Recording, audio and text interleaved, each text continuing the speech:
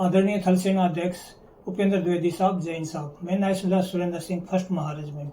श्रीमान, सेना द्वारा बनाए गए मेरे सर्विस रिकॉर्ड जो गंभीर अपराध आरोप लगाए थे इस अधिकारी पर, अगर इस पर कोई कार्रवाई नहीं हो रही है, सिस्टम इसके आगे इतना नतमस्तक है, तो आप मुझ पर कार्रवाई क्यों नहीं कर रहे? इससे कोई गंभीर अपराध किसी सैनिक पर नहीं हो सकते। यह अधिकारी पाकिस्तानी मिलिटेंटों से घूस लेके हमारे लाइन ऑफ कंट्रोल से घुसपैठ करवाता था और घूस लेता था उनसे, और मेरे पास सारे एविडेंस है। मैं सारी चीजें प्रूव करने के लिए तैयार हूँ। अगर मैं उन चीजों को प्रूव नहीं कर पाता हूँ या मैं जो आरोप मेरे झूठे हैं, तो मेरा कोर्ट मार्शल मुझे फांसी पर क्यों नहीं लटकाया जा रहा है? मैं आपको ये बोल रहा हूँ कि मुझे मेरे आरोप झूठे हैं, तो आप मुझ पर कार्रवाई क्यों नहीं कर रहे हैं? मुझे इलीगल। जय हिंद, जय भारत, वंदे मातरम। मैं रविंद्र फौजी। अभी जो आपने ये वीडियो देखा, इनका लगभग 3 मिनट का वीडियो और है जो मैं आगे आपको दिखाऊंगा। और ये वीडियो में जो बाकायदा बता रहे हैं कि मैं प्रूफ के साथ हर जगह सेना अध्यक्ष से लगाकर रक्षा मंत्रालय, प्रधानमंत्री जी तक भेज चुके हैं और कह रहे हैं कि अगर कोर्ट ऑफ इंक्वायरी करना चाहें तो ये खुले में सबूत देंगे इन अधिकारी के खिलाफ कि ये पाकिस्तान बॉर्डर से मिलिटेंट को अंदर छोड़ते थे पैसे लेकर। इससे बड़ी गद्दारी क्या हो सकती है कि हमारे हजारों जवान सीमा को सुरक्षा रखने के लिए खड़े हैं और वो अपनी जान की बाजी लगाते हैं कि कोई अंदर ना घुस जाए, और एक तरफ एक अधिकारी पर आरोप लगाया जा रहा है कि वो पैसे लेकर बॉर्डर क्रॉस करवाता है। हालांकि मैं इस चीज की पुष्टि नहीं करता कि ये सही है या गलत है, लेकिन अगर सेना के एक नायक सूबेदार, वो भी उन्हीं की यूनिट के, अगर वो कहते हैं कि भाई मैं प्रूफ दे रहा हूं और अगर गलत हूं, तो ये भी कह रहे हैं कि भाई वो हर सजा भुगतने के तैयार है, फांसी पे चढ़ने के लिए तैयार है, तो क्यों नहीं आज तक इतनी शिकायत के बावजूद कोर्ट ऑफ इंक्वायरी कराई जा रही है? ठीक है, सेना को इन्होंने प्रूफ दिए, सेना अपने अधिकारी को या कैसे भी बचाने के लिए बात को दबा रही है, लेकिन रक्षा मंत्रालय, प्रधानमंत्री कार्यालय या हमारी इंटेलिजेंस ब्यूरो, सीबीआई, एनआईए, क्या उन तक ये चीजें नहीं जा रही? कोर्ट ऑफ इंक्वायरी बनती है या नहीं? अगर बनती है तो जो इस वीडियो को देख रहे हैं ज्यादा से ज्यादा शेयर करें, ताकि ये देश के बड़े एजेंसियों तक जाए और इनको बुलाकर एक कोर्ट ऑफ इंक्वायरी की जाए। कल मैं एक जनरल साहब का एक वीडियो देख रहा था, जिसमें जनरल साहब, 2 जनरल साहब थे, बातें भी चल रही थी अग्निवीर पर। तो एक कह रहे थे कि भाई हाँ ये गलत योजना है, एक कह रहे थे कि नहीं, इसमें जो बाहर निकाला जा रहा है बढ़िया है, कुछ एक मकरे होते हैं जवानों में ऐसे फलाना ढिकड़ा, उनको बाहर निकाला जाना अच्छी बात है। तो ये जवानों में तो हर स्तर ढूंढते हैं कि भाई जवान खराब भी होते हैं, जवानों के मोबाइल पर भी रोक लगा दो, जवान सब कुछ मतलब गलत काम जवान करते हैं, ये एक अधिकारी कह सकता है।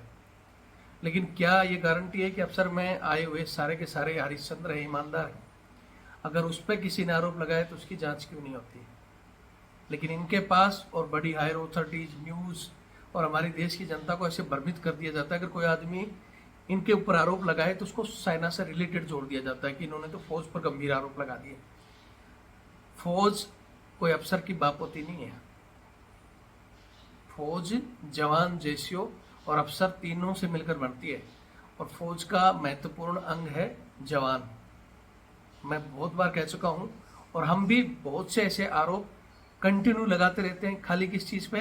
कि आज भी ब्रिटिश की वो सहायक प्रथा चल रही है, जवानों को शोषण हो रहा है, सरकारी तंत्र का यूज अफसरशाही पर हो रहा है।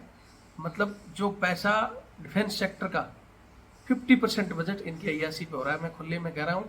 और आप जवानों का सम्मेलन कीजिए, पूर्व सैनिकों को जब आप बुलाते हैं, बस जनरल कर्नल को ही बुला लेते हैं प्रधानमंत्री जी, क्यों नहीं जवान जेसीओ का एक सम्मेलन लें, रक्षा मंत्री जी, प्रधानमंत्री जी, और उनसे पूछें कि क्या होता है ये किट्टी पार्टी, फैमिली पार्टी, फलाना पार्टी, पता नहीं क्या क्या चलता रहता है। गाड़ियां सरकारी इनकी मैडम और बच्चे लिए घूमते हैं, कुत्ते तक गाड़ियों में जा रहे हैं। जवान ट्रेन के टॉयलेट में, टेम्पू में, इसमें घूम रहे हैं। उन बातों को अगर कोई उठाता है तो उसमें कल में वो जनरल साहब कह रहे थे कि इस तरह सेना को बदनाम किया जाता है। सेना बदनाम नहीं होती श्रीमान, हम भी उसी सेना का नमक खा रहे हैं। हमारी 3-3, 4-4 पीढ़ियां इसी सेना के लिए अपनी जान की बाजी लगाती आई हैं। हमारे परिवारों में भी हजारों की संख्या में कुर्बानी दी है देश के लिए और आगे भी देने के लिए तैयार हैं। लेकिन ये जो दूधारी तलवार आप अटकाते हो, भाई ठीक है, आपको लगता है जवानों में फलाना निकला है तो फिर अफसरों में क्यों नहीं? उनके लिए भी ऐसी योजना होनी चाहिए। हालांकि आज मुद्दा वो नहीं है, मुद्दा इन चीज़ों का है कि इस साहब ने जो आरोप लगाए हैं, मैं चाहता हूँ इसकी जांच हो, सही या गलत, बड़े स्तर पर जिसमें CBI team, NIA team, IB, हर एक चीज़ इन्वॉल्व हो। क्योंकि हमेशा हम कहते हैं कि अधिकारी की जांच करेगा तो दबा दिया जाएगा, जैसे ये मामला हर जगह जाने के बाद में भी दबाया गया। अगर कोई आदमी ऐसे खुले में बोल रहा है, बोलते हैं ना कि अगर कहीं चिंगारी है तो धुआं वहीं से निकलता है। तो प्लीज़ वीडियो देखें, और ये कह रहे हैं तो इनके सबूत देखें, और वो भी बड़ी एजेंसियाँ इसमें इन्वॉल्व हों, और अगर उसने गलत किया है, जो भी इनका सीओ है, जो भी है, तो उसके ऊपर कार्रवाई हो। जय हिंद, जय भारत, वंदे मातरम। आदरणीय थल सेना अध्यक्ष उपेंद्र द्विवेदी साहब, जैन साहब, मैं नायब सुरेंद्र सिंह, 1st महारेजिमेंट।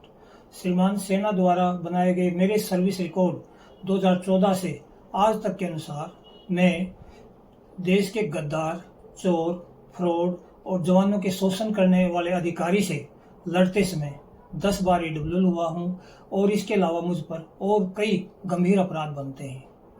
लेकिन सेना के संबंधित अधिकारियों ने न इस गद्दार अधिकारी पे कोई कार्रवाई की और न मुझ पर कोई कार्रवाई की जो मेरे रिकॉर्ड के अंदर दर्ज है, और मुझे फ्रॉड डॉक्यूमेंट बना के पेंशनर घोषित कर दिया गया है।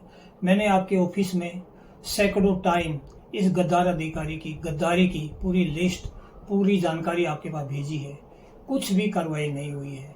और इस अधिकारी ने लोगों से को सेटिंग करके मुझे सेना से आउट कर दिया, और भारत सरकार को आंखों में धूल झोंकते हुए, सेना की बड़ी अथॉरिटियों को आंखों में धूल झोंकते हुए मुझे पेंशनर घोषित कर दिया। मेरी आपसे रिक्वेस्ट है साहब कि मैंने जो गंभीर आरोप लगाए थे इस अधिकारी पर, अगर इस पर कोई कार्रवाई नहीं हो रही है, सिस्टम इसके आगे इतना नतमस्तक है, तो आप मुझ पर कार्रवाई क्यों नहीं कर रहे? इससे कोई गंभीर अपराध किसी सैनिक पर नहीं हो सकते। यह अधिकारी पाकिस्तानी मिलिटेंटों से घूस लेके हमारे लाइन ऑफ कंट्रोल से घुसपैठ करवाता था और घूस लेता था उनसे, और मेरे पास सारे एविडेंस है, मैं सारी चीज़ें प्रूव करने के लिए तैयार हूँ। अगर मैं उन चीज़ों को प्रूव नहीं कर पाता हूँ, या मैं जो आरोप मेरे झूठे हैं, तो मेरा कोर्ट मार्शल मुझे फांसी पर क्यों नहीं लटकाया जा रहा है?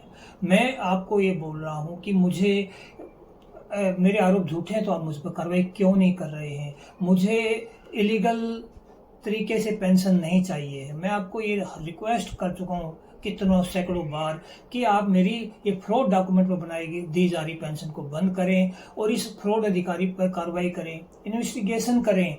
अगर मैं प्रूव कर पाता हूँ तो इस पर कार्रवाई करें, नहीं तो मुझे फांसी पर लटकाए या कोर्ट मार्शल करें। और सिस्टम इतना गूंगा बहरा हो चुका है कि कोई सुनवाई नहीं हो रही है। और आपसे रिक्वेस्ट है साहब, आपके ऑफिस में मेरे सारे डॉक्यूमेंट अवेलेबल हैं, बाकी महारेजिमेंट रिकॉर्ड से आप सब कुछ ले सकते हैं। मैं हर कोर्ट ऑफ इंक्वायरी, हर चीज़ में शामिल होने के लिए तैयार हूँ, और मैं बिल्कुल फांसी पे झूलने के लिए भी तैयार हूँ अगर मेरे आरोप झूठे हैं तो। मेरा देश के गद्दार से लड़ना मेरा एक धर्म है, एक सैनिक का धर्म होता है। मैंने गीता पे हाथ रख के कसम खाई थी कि मैं अपने देश की सुरक्षा के लिए कि अपनी जान की बाजी लगाने से पीछे नहीं हटूंगा, और वही मैं कर रहा हूँ। जो यह अधिकारी देश के दुश्मनों से ज़्यादा खतरनाक है, क्योंकि ये उन दुश्मनों के साथ मिलके हमारे देश में घुसपैठ करवा रहा था, अभी भी सेना में बना हुआ है, सिक्योरिटी बेच रहा है, और इन्फिल्ट्रेशन का रूट सब कुछ इसने बनाया हुआ है। तो आपसे रिक्वेस्ट है साहब, आप प्लीज़ इस पे कार्रवाई करें। और इस पे कार्रवाई नहीं कर रहा है, अगर सिस्टम इसके आगे इतना नतमस्तक है या इतना पावरफुल है, तो आप मुझ पर कार्रवाई करें, मेरी फ्रॉड डॉक्यूमेंट पर दी जा रही पेंशन को बंद करें, और मेरा कोर्ट मार्शल करें। आप इतना तो कर दीजिए प्लीज़ साहब। जय हिंद साहब।